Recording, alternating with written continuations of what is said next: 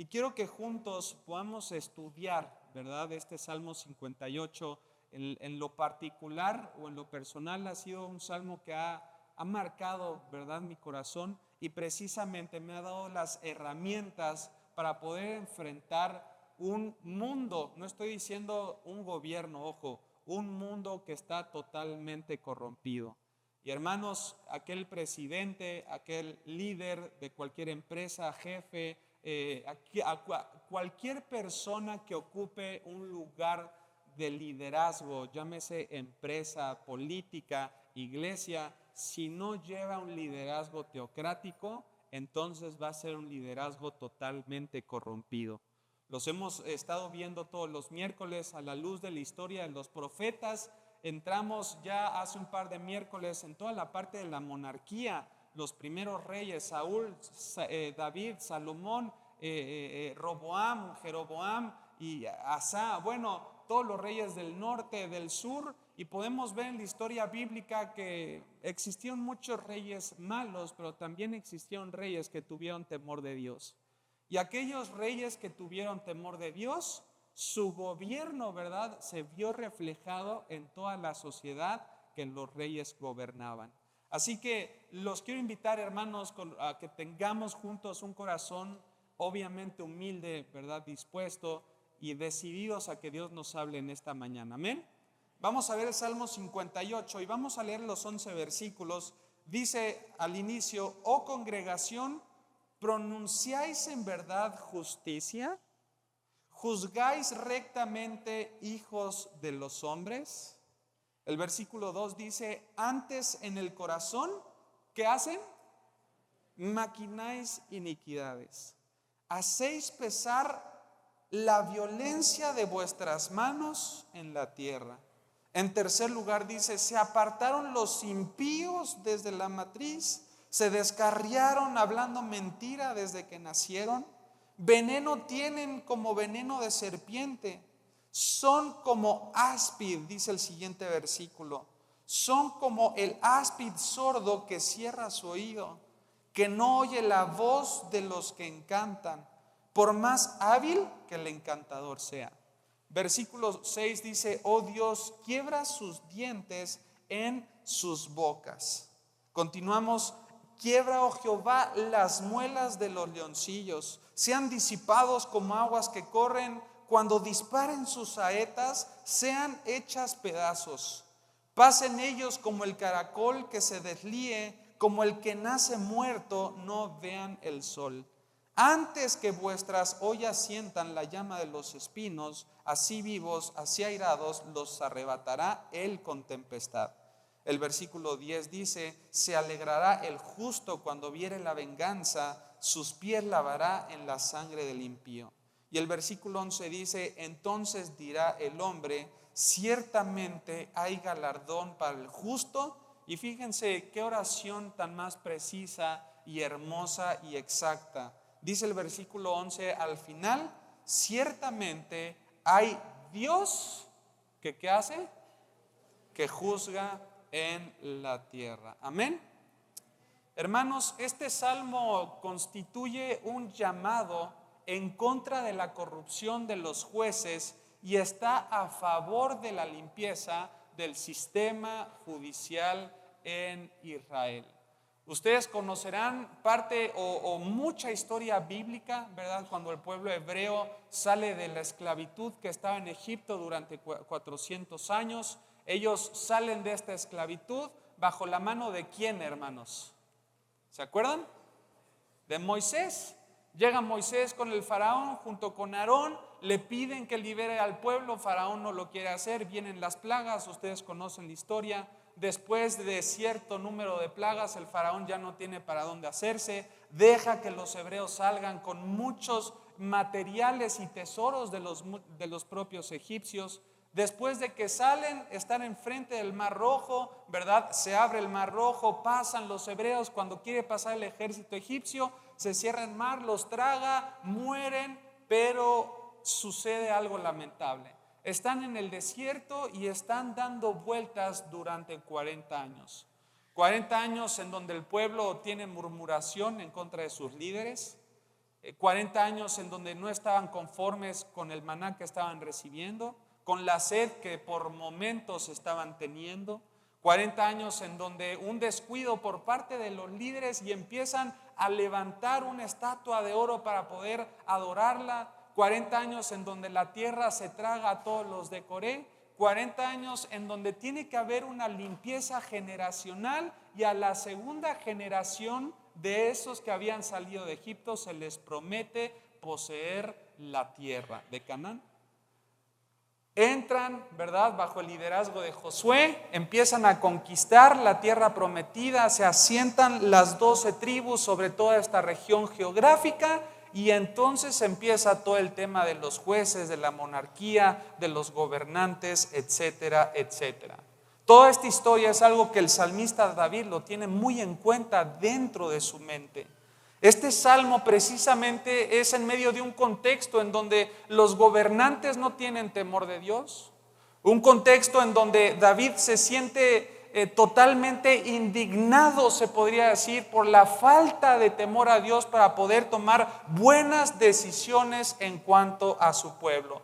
Y por las palabras que vemos en el versículo 10, nos podemos dar cuenta que son palabras fuertes, profundas, y que David el salmista se siente profundamente indignado. Dice el versículo 10: se alegrará el justo cuando viere la venganza. Y en el segundo lugar, o en la segunda línea, dice: sus pies lavará, ¿en dónde? En la sangre del impío. Es una indignación, ¿verdad?, que siente David en su corazón, viendo la injusticia por parte de los gobernantes, las decisiones que se está tomando, y hay tanta ira santa, se podría decir, en el corazón de David, que empieza a expresar y a plasmar cada una de sus palabras. Y ahora quiero que me sigan con mucho cuidado, porque David observa y se da cuenta de dos características que ve en la vida de los gobernantes en específico. Dos características que abren la brecha para entender el mal gobierno que están teniendo para con los suyos. En primer lugar, o la primera característica que vamos a ver está en el versículo 2, vamos a encontrar la corrupción de su gobierno. La corrupción de su gobierno. No sé si tenemos ahí la ayuda visual. Habían pasado, ahí está, por la corrupción de su gobierno. Vamos a leer el versículo 2 y dice lo siguiente: antes en el corazón, ¿qué hacen? Maquináis iniquidades y hacéis pesar la violencia de vuestras manos en la tierra. Ustedes saben, hermanos, aquellos que son abogados o que han estudiado derecho, que la justicia se representa simbólicamente con una mujer que es el de la justicia y una balanza. Lo característico, se podría decir, de esta figura o de esta imagen es que la mujer lleva los ojos vendados. Pero desde esta época, la época bíblica, hasta el Imperio Romano e incluso hoy en nuestros días, podemos ver a una mujer sosteniendo la balanza con estos ojos tapados, en donde se pesa la justicia. Esta es la representación. Se pesa la justicia de manera equitativamente y totalmente recta, se podría decir. Pero estos jueces, hermanos, que nosotros estamos viendo en el versículo 2, alteraban la balanza de la justicia a su conveniencia. Estos gobernantes, estos líderes políticos, estos reyes la manipulaban a su favor, utilizando la violencia antes que la equidad o antes que la paz. Dice: hacéis pesar la violencia de vuestras manos en la tierra. Es una manera de alterar la justicia, no de una manera, se podría decir, pues por debajo del agua, o de una forma un poquito más sobria, se podría decir. No, estos gobernantes alteraban la balanza y la manipulaban a su favor utilizando la violencia explícita. O le haces, o lo haces y lo cumples, o cuello, literalmente. David empezó a ver que muchos de sus compañeros, muchos de sus amigos amados estaban siendo castigados injustamente, pero no era un castigo que se podía llevar a la ligera. Era un castigo que estaban sometiéndolos a las cárceles, al ser apedreados o incluso hasta perder la muerte, pero todo de una manera corrupta. Entonces la primer característica que David observa es la corrupción del gobierno. En segundo lugar, fíjense qué interesante, va a aparecer también ahí en la pantalla, él se va a dar cuenta que la corrupción nace de su estado natural, por su estado natural. Este es el estado en el que nacen todos los seres humanos. Vean ahora lo que dice el versículo 3, ahí en el capítulo 58, y dice la palabra de Dios: se apartaron los impíos, ¿desde dónde? Desde la matriz. Se descarriaron hablando mentira, ¿desde qué momento, hermanos? Desde que nacieron. David empieza a profundizar un poquito más en el problema y se empieza a dar cuenta de una verdad que es absoluta, hermanos. Un gobernante que es corrupto, un gobernante que está utilizando la violencia para llevar a cabo sus principios en el pueblo y de alguna manera controlar el comportamiento de la sociedad, es un hombre que no tiene a Dios en su corazón. Es un hombre que nació en este estado natural y es el estado en el que hemos nacido todos nosotros. Desde Adán y Eva hacia nuestros días se fue transmitiendo la capacidad o la naturaleza pecaminosa. Tanto es así que cuando uno nace y se empieza a desarrollar desde bebé, al bebé no le tienes que enseñar a portarse mal, porque la maldad ya lo trae de fábrica, se podría decir. Lo que el papá intenta o los padres intentan es empezar a guiar al bebé o a la bebita, ¿verdad?, hacia lo moral, hacia lo ético y también hacia los principios espirituales. Pero David se da cuenta, estos gobernantes siguen en su estado natural. Sus decisiones se basan en el estado de su naturaleza. Esto quiere decir que existe una insensatez ligada a sus corazones. Existe una raíz de amargura literalmente que les brota por causa de su pecado y son personas, escúchenme muy bien, son personas insensibles que tienen la mente cauterizada y que le mienten al pueblo sin sentir ningún tipo de remordimiento o culpa. Hermanos, cuando nosotros vemos a un presidente, ya sea de nuestro país o de otros países, que está tomando decisiones que no van de acuerdo a los principios de Dios y empiezas a investigar y te das cuenta que no tiene a Cristo en su corazón, no nos debe de sorprender que las decisiones políticas no se tomen de una manera correcta, ética o moral. ¿Por qué? Porque siguen en su estado o en su naturaleza caída. No tienen al Espíritu Santo dentro de su corazón. No tienen la palabra de Dios, que es la que nos alinea o alinea nuestras intenciones al corazón de Dios. No se congregan, evidentemente. No hay un rayito de luz que pueda existir dentro de sus capacidades intelectuales y emocionales. Y por lo tanto, cuando empiezan a tomar decisiones, no nos debemos de sorprender que no sean decisiones que vayan de acuerdo a los principios de Dios. Estoy seguro que muchos de nosotros estamos pasando tiempo en las redes sociales y nos podríamos sentir identificados con la indignación que David está sintiendo a causa de sus gobernantes.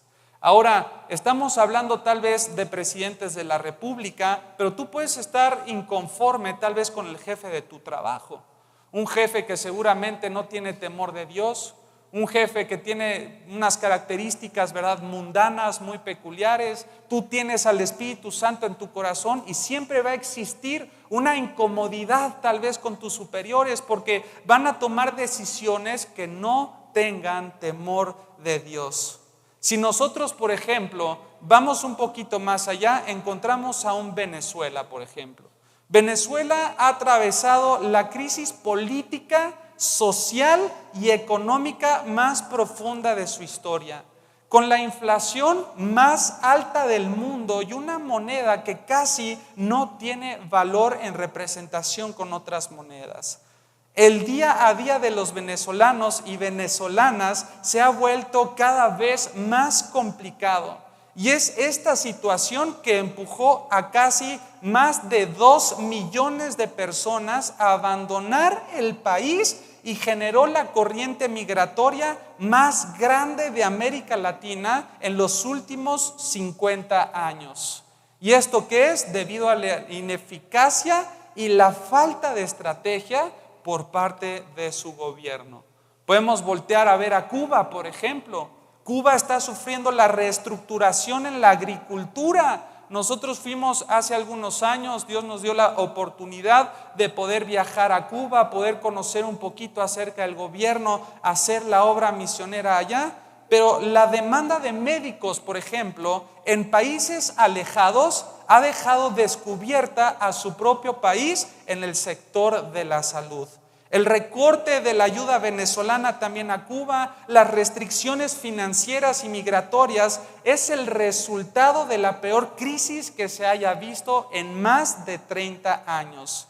Cuba actualmente está sufriendo desabasto de alimentos más grande de su historia. Nos podemos ir un poquito más para allá, al Medio Oriente, a otros continentes, y Afganistán, ni se diga.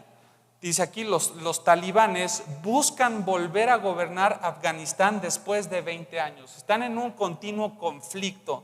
Estos religiosos fundamentalistas del Islam comenzaron su avanzada aprovechando que los Estados Unidos realizaba su retirada en el gobierno de Biden después de la ocupación que iniciaron desde el 2001. Las fuerzas afganas no pudieron contener a los talibanes ya que controlan la capital de Afganistán es Kabul, y ellos están dispuestos a proclamar un nuevo emirato islámico en esta región. Y por este conflicto que existe también en el Medio Oriente, no existe la inversión extranjera. No nos vayamos muy lejos, hermanos. ¿Qué es lo que está pasando en México y con toda la reforma judicial?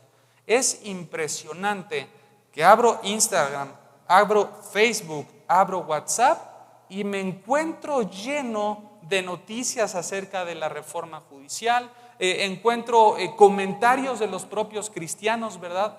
Formando parte de los debates, de la pelea en todas las plataformas. Hermanos, como creyentes debemos demostrar un testimonio. ¿Por qué? Porque estamos representando a Dios.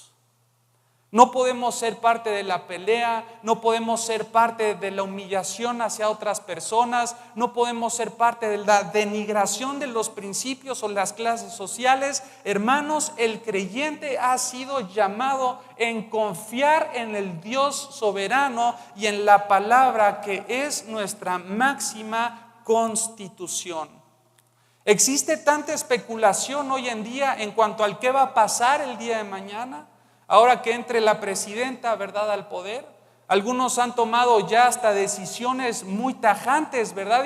Y bueno, dicen, no, pues ya se viene un Venezuela a nuestro país, vamos a hacer como un Cuba, yo mejor me voy con Bukele al Salvador, ¿no? Vámonos al Salvador, y ahí están diciendo, no, vámonos a Europa, a España, vámonos a Italia, uy. Los misioneros, hermano, yo 100 pesos por Madrid, ájale. Y muchas veces puede existir incertidumbre en nuestro corazón. ¿Qué va a pasar con nuestra economía? ¿A qué me voy a dedicar? ¿Qué tipo de trabajos voy a enfrentar? ¿Qué es lo que va a suceder? Hermanos, el creyente está llamado a confiar en la soberanía de Dios y también a orar. Diga conmigo, orar. A orar por sus gobernantes. Vean lo que dice 1 Timoteo capítulo 2, versículos del 2 al 5. Lo dice la palabra de Dios. 1 Timoteo 2, del 2 al 5. Dice, exhorto ante todo a que se hagan rogativas. Si no son rogativas, te da una segunda opción. Dice, oraciones, peticiones y acciones de gracias por todos los ¿qué? Todos los hombres. En el versículo 2 dice, por los reyes y por todos los que están, ¿en qué? En eminencia. Para que vivamos ¿de qué forma? Quieta y reposadamente en toda piedad y honestidad. Fíjate el versículo 3. Porque esto es bueno y agradable delante ¿de quién? Delante de Dios Salvador nuestro. Hermanos, a la luz de la palabra de Dios, ¿qué es lo que el creyente tiene que hacer enfrentando todos los cambios políticos y sociales? ¿Qué tenemos que hacer? Orar. Dice, comenta en Facebook y agárrate de las greñas. Dice, échale tierra a tal partido político en las redes sociales. Dice, propón tu punto de vista, ¿verdad? Y sé tajante. No, el creyente, hermanos, ha sido llamado a orar. Y David es la máxima expresión de una persona que está indignada e inconforme con un gobierno, pero que nos muestra hasta de qué manera tenemos que orar. Hermanos, la palabra de Dios es increíble porque nos ayuda a alinear nuestro corazón a la voluntad de Dios. Fíjate la primera petición que hace David dentro de su salmo. Volvemos a Salmos capítulo 58 y vamos a ver la primera petición que David hace. Está en el versículo 6. Salmos 58, versículo 6. Dice ahí la palabra de Dios: oh Dios, ¿qué le pide? Quiebra sus dientes en sus bocas. Y después, ¿qué más? Quiebra, oh Jehová, las muelas de sus leoncillos. La primera petición que David hace, David ora para que queden incapacitados, hermanos. Es la primera petición, que los gobernantes queden incapacitados para obrar el mal. Ahora, si te das cuenta, David está utilizando una analogía que es el de los leones. Los leones que son depredadores, ¿verdad? Los leones que son desgarradores, carnívoros, que pueden causar muchos daños para sus víctimas. Y David utiliza esta analogía y específicamente en la parte de su mandíbula y la parte de cómo come, ¿verdad?, a sus víctimas. Porque fíjate, si te das cuenta, la herida por la cual que David está pidiendo, en primer lugar, no les está deseando la muerte. No le está pidiendo rómpele los cuellos o destroza su alma en el infierno, o Dios, o te los llevas o te los mandamos, ¿verdad? No, David solamente está pidiendo que no tengan el poder para hacer daño. En primer lugar, si tú volteas a ver el hocico de un león, por ejemplo, en primer lugar destacan 4 grandes caninos afilados. En un total se podría decir que tienen 30 dientes. De estos 30 dientes se clasifican en 3 partes. La primera, 4 grandes caninos afilados. Estos tienen de hasta 8 centímetros de longitud que les sirven para sujetar a la presa y perforar los órganos y así darles una muerte, puede ser rápida o lenta. En el segundo esquema de esta analogía, existen otros 4 dientes con los que, como si fueran tijeras, cortan la carne. Ahora, este segundo grupo de dientes tiene una fuerza extraordinaria porque estamos pensando que comen carne que es dura, chiclosa, porque está cruda. El leoncito no pone su carbón, ¿verdad?, como nosotros lo hacemos. Si tú agarras un corte, ¿verdad?, totalmente crudo, cuesta mucho trabajo comerlo, ¿no? Porque a veces se hace chicloso, porque están todas las fibras, ¿verdad?, de la carne, está ahí la grasa de repente, etcétera, etcétera. Y nosotros con nuestra dentadura a veces es difícil o casi imposible comer la carne totalmente cruda. Pero los leones no. En el segundo grupo de dientes que tiene son especiales para poder cortar como tijeras la carne cruda de sus presas. Y en tercer lugar, dice aquí, está el resto de las piezas.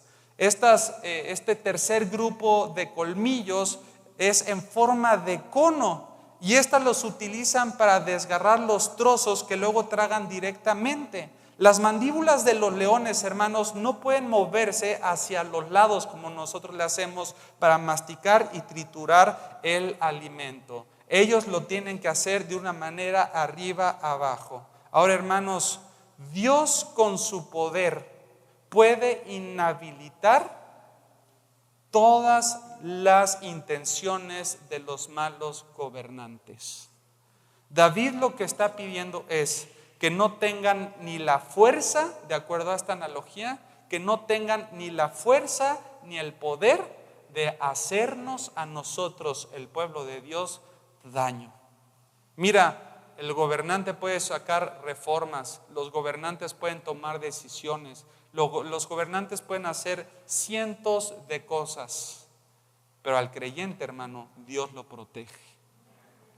Estamos bajo la protección y la provisión continua de Dios.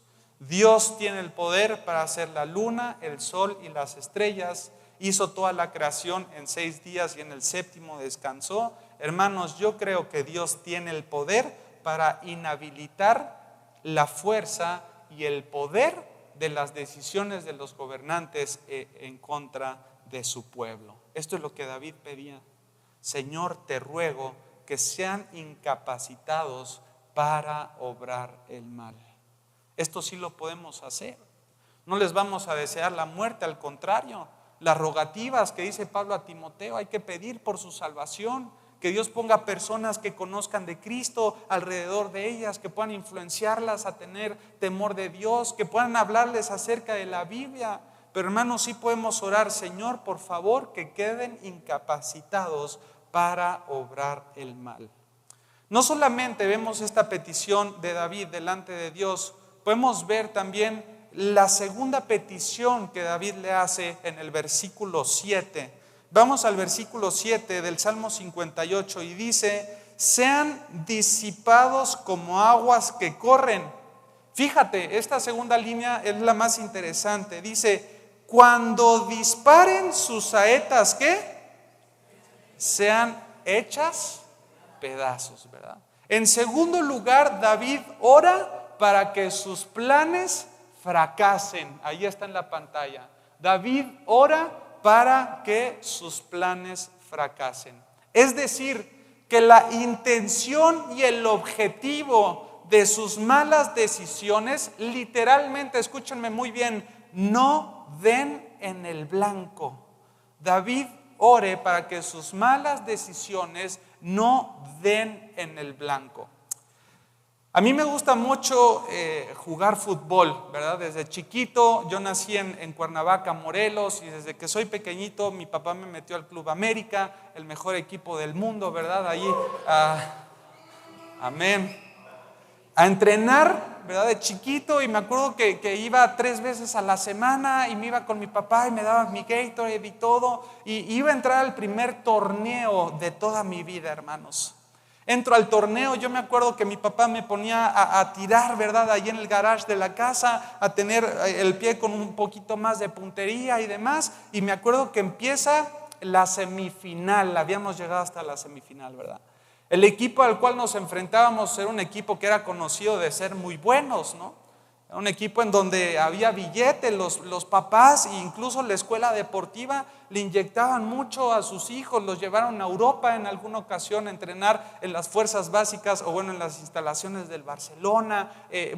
Tenían una historia de una trayectoria impresionante, ¿verdad? Estamos en la semifinal y nos meten el primer gol, ¿no? 1-0. Estamos en el primer tiempo y nos meten el segundo gol, 2-0. Y viene el tercer gol 1 minuto antes de que terminara el primer tiempo. Y acaba el primer tiempo, íbamos perdiendo 3-0. Ya no podíamos más nosotros con nuestra alma. Vamos a tomar el agua, está el entrenador. Y el entrenador, hermanos, dio el discurso más llegador, más alentador, ¿verdad?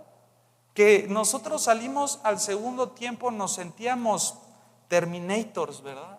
Nos sentíamos Cristiano Ronaldo, en su tiempo Ronaldinho, ¿verdad? Nos sentíamos los mejores.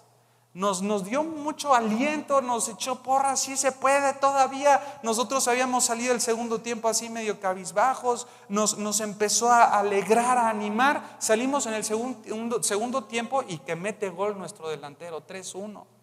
Le seguimos echando ganas, metemos otro gol, 3-2. Ya a punto de terminar el partido, que empatamos el partido 3-3 y que nos vamos a penales. Hijo, ahora los penales, ¿verdad? Y ahí me tienen orando con mi papá: Señor, te pedimos, Padre, ¿verdad? Que nos ayudes. David ha estado entrenando, Señor, también por los otros, aunque no sean creyentes, pero alíneales la pata, ¿verdad? Y todo, y bueno, ahí. Y empiezan los penales y el primer penal del equipo contrario. Se pone el chico, ¿verdad? El delantero estrella y todo, bien concentrado, se para y empieza uno de los padres de nosotros, de uno de los nuestros: échele sal al animal para que falle su tiro penal. Échele sal. Y todos empiezan: échele sal. Hasta mi papá, hermanos, andaba: échele sal al animal, ¿verdad? Para que falle su tiro. Hermanos, se empieza a desconcentrar, ¿verdad? El cuate, y era la porra de los papás. Ahí el árbitro no hizo nada, el coach tampoco hizo nada, pues simple, estaban haciendo su parte, ¿verdad? La banca. Y que se prepara el tipo, le tira y la manda hasta arriba y todo así. Alegres, metemos el segundo, lo meten ellos y todo, pero como el primero la falló, ganamos. Hermanos, literalmente en este segundo punto lo que David está orando es: échale sal al animal para que falle su tiro penal. Hermanos, fíjense muy bien, lo voy a ir aterrizando. Otras versiones dice: cuando disparen sus saetas, que sean como si estuvieran sin punta. Esto es lo que David estaba pidiendo. El malo, hermanos, los gobernantes, los líderes pueden planificar. Los malos, los líderes, los gobernantes pueden amenazar, pueden mentir o incluso engañar. Pero de Dios nadie se burla. Dios obra dentro de su soberanía y de su providencia para que los malos fracasen en sus planes. Amén. En primer lugar, vimos entonces, David ora para que sean incapacitados, que no tengan el poder ni la autoridad para hacer daño. En segundo lugar, David ora para que fallen, ¿verdad? Para que su ataque, se podría decir, o sus planes literalmente fracasen. Y en tercer lugar, David ora para que su maldad, dice ahí, sea su propio fin. Que su maldad sea su propio fin. Vean lo que dice el versículo 8. Vámonos a Salmos 58, versículo 8. Y dice la palabra de Dios: pasen ellos como el caracol que se deslíe. Qué interesante, ¿verdad? Como el que nace muerto, no vean el sol. Pero ahora David utiliza una segunda analogía, se podría decir, o ilustración. ¿Y cuál es esta ilustración? Lo que nosotros conocemos como el caracol. Fíjense muy bien, la babosa que deja el caracol, escúchenme con mucho cuidado, la babosa que deja el caracol mientras va avanzando es la disolución de su propia sustancia. Repito, la babosa que deja el caracol mientras va caminando se convierte en la disolución de su propia sustancia. Por ejemplo, en tiempos de verano, el caracol tiene que hibernar para poder de esta forma mantener su humedad y no morir por las altas temperaturas. Pero fíjense muy bien, el caracol que no logra esto y se arrastra o camina durante las altas temperaturas para buscar el calcio necesario para fortalecer su caparazón, se empieza a disolver poco a poco. A medida que avanzan, van dejando parte de su sustancia, se podría decir, en el camino. Y esta analogía es la que utiliza David. Si los gobernantes insisten en seguir haciendo el mal, entre más lo hagan, más se van autodestruyendo y más se van acercando al fin. Esto es lo que David está viendo. Aquella persona, hermanos, es que así es el pecado en la vida de las personas. No es porque Dios sea malo, así son las consecuencias de la maldad. Entre más estás en la práctica del pecado, entre más pecas, más corrupto eres y más llevas la maldad en tu vida, esto se va convirtiendo en la disolución de tu propia sustancia. El alcohólico, si no para con el alcoholismo, le empieza a afectar el hígado, ¿sí o no? Le empieza a afectar todos los órganos. Y de repente viene la noticia, una inflamación hepática, una cirrosis, un cáncer. ¿Qué es lo que pasó con el alcohólico? Mientras más se empeñó en su maldad o en su pecado, más fue su disolución de su propia sustancia. Así también el drogadicto, así también el fornicario, así, hermanos, el pecado es la disolución de nuestra propia sustancia. La primer consecuencia, se podría decir, Dios les dijo a Adán y Eva, el día que del fruto comiereis, ciertamente ¿qué? Morirás. Comieron y empieza a venir todas las consecuencias del pecado, y una de ellas era envejecer. Yo me acuerdo que cuando era chiquito mi mamá me decía, ay David, no quiero envejecer. Yo no entendía, ¿verdad? Y volvía con ella, ay David, no quiero envejecer. Y todos los años cumplía 42 años. Llegaba mi mamá, ¿cuántos cumpliste? 42. Ay, qué padre. Regresaba al otro año, ay, ¿cuántos cumples hoy? 42. Ah, mira, qué padre. El tercer año, ¿cuántos celebramos, ma? 42. Ah, ya hasta que empecé a agarrar la onda, ¿verdad? Ya me acerqué, oye, ma, ¿por qué llevas como 6 años cumpliendo 42? Tú no digas nada, hijo, me decía, nunca des mi edad, ¿verdad? Ya le estoy balconeando, perdón. Pero ella me decía mucho, no quiero envejecer, ¿verdad? Pero hermanos, gracias al pecado se convierte en la disolución de nuestra propia sustancia. Gracias a Dios que el Evangelio dice que se nos van a entregar unos cuerpos glorificados, hermanos. Gloria a Dios, aleluya, un equipo especial para vivir eternamente por los siglos de los siglos.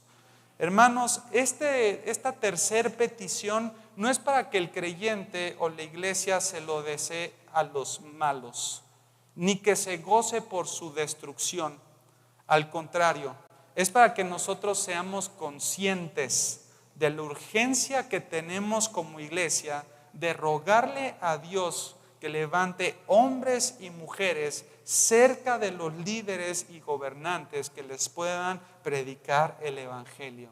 Porque dice la palabra de Dios que hay más gozo en el cielo por un pecador que se arrepiente, hermanos.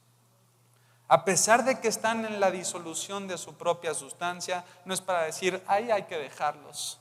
No, si Dios tuvo misericordia de mí, si Dios tuvo misericordia de usted, si Dios perdonó a alguien como yo, como usted, Dios también puede perdonar a nuestros gobernantes. Dios puede gobernar al jefe de tu empresa. Dios puede salvar a todos aquellos líderes que no están teniendo un gobierno teocrático. Hermanos, el verdadero problema no son las decisiones que toman. El verdadero problema está en el pecado dentro de sus corazones. Y la única solución para los gobernantes, ¿quién es? Cristo. Porque Cristo no cambia superficies, Cristo transforma los corazones. Hermanos, nos vamos aproximando a un tiempo que seguramente ya ha estado siendo difícil desde pandemia o antes de pandemia, está siendo difícil ahora, ¿verdad? Y vamos a continuar o nos aproximamos a un camino que en vez de mejorar, todo el mundo va a empeorar, hermanos. Está una historia de una nena que está en la escuelita dominical y hicieron una clase abierta para todos los papás, y cuando llegan los papás en la escuelita dominical le dice la maestra a un papá, papito, ¿podría orar por favor por la clase? Y el papá dice, sí, claro que sí, y empieza a orar. Y dentro de su oración el papá pide, Dios, te pido que las cosas mejoren. En el nombre de Jesús, amén. Todos los niños abren los ojos y una nena de 4 años le dice: hermano, usted no lee la Biblia, ¿verdad? Le dice: ¿por qué? Le dice: porque el mundo va a mejorar. Le dice la nena de 4 años: el mundo va a empeorar. ¿Y qué pasa? Cada vez que venga la crisis, cada vez que venga la pandemia, ¿los creyentes vamos a seguir actuando de la misma forma? De ninguna manera, hermanos, porque nuestra confianza está en Jehová, en un Dios que es soberano, en un Dios que tiene poder y que preserva a los suyos a pesar de que las plagas estén en Egipto. Hermanos, Dios tiene el control y el cuidado de cada uno de nosotros. ¿Dónde está nuestro descanso? En el versículo 11, con esto cerramos. Salmo 58, 11, en la parte final dice: ciertamente hay Dios que ¿qué? Que juzga en la tierra. El Salmo capítulo 7, versículo 11 dice: Dios es juez justo, hermanos. Salmo 7:11 dice: Dios es juez justo y Dios está airado contra el impío todos los días. El juez más alto de la Suprema Corte es Dios. Todos los que estén debajo de Dios, que ocupen un nivel de liderazgo o de gobierno, van a rendir un día cuentas delante de Dios. Como iglesia, preocupémonos por vivir una vida justa, piadosa, y que cuando nosotros seamos llamados a rendir cuentas, nosotros podamos decir: Señor, yo hice lo que a mí me tocaba. Hermanos, mientras vivamos siendo obedientes a la máxima constitución, la maldad y la corrupción del mundo, se los garantizo, no nos va a tocar, porque en Cristo estamos completos. Vamos a orar. Dios, te damos gracias, Padre, por esta mañana. Gracias, Señor, por tu palabra, porque tú eres bueno y para siempre es tu misericordia. Dios, ¿cuántos de nosotros hemos sentido indignación, Padre, como sentía David en contra de sus gobernantes? Algunos de los que están aquí pueden estar indignados en contra de un jefe de su trabajo, de su empresa, por el maltrato, las malas decisiones. Incluso, Señor, dentro de las iglesias pueden existir muchos indignados en contra de sus autoridades, de los pastores, de los líderes. Señor, hemos visto a la luz de tu palabra cuál es nuestro papel: es orar. Y Dios, hoy oramos bajo estas 3 premisas, Padre.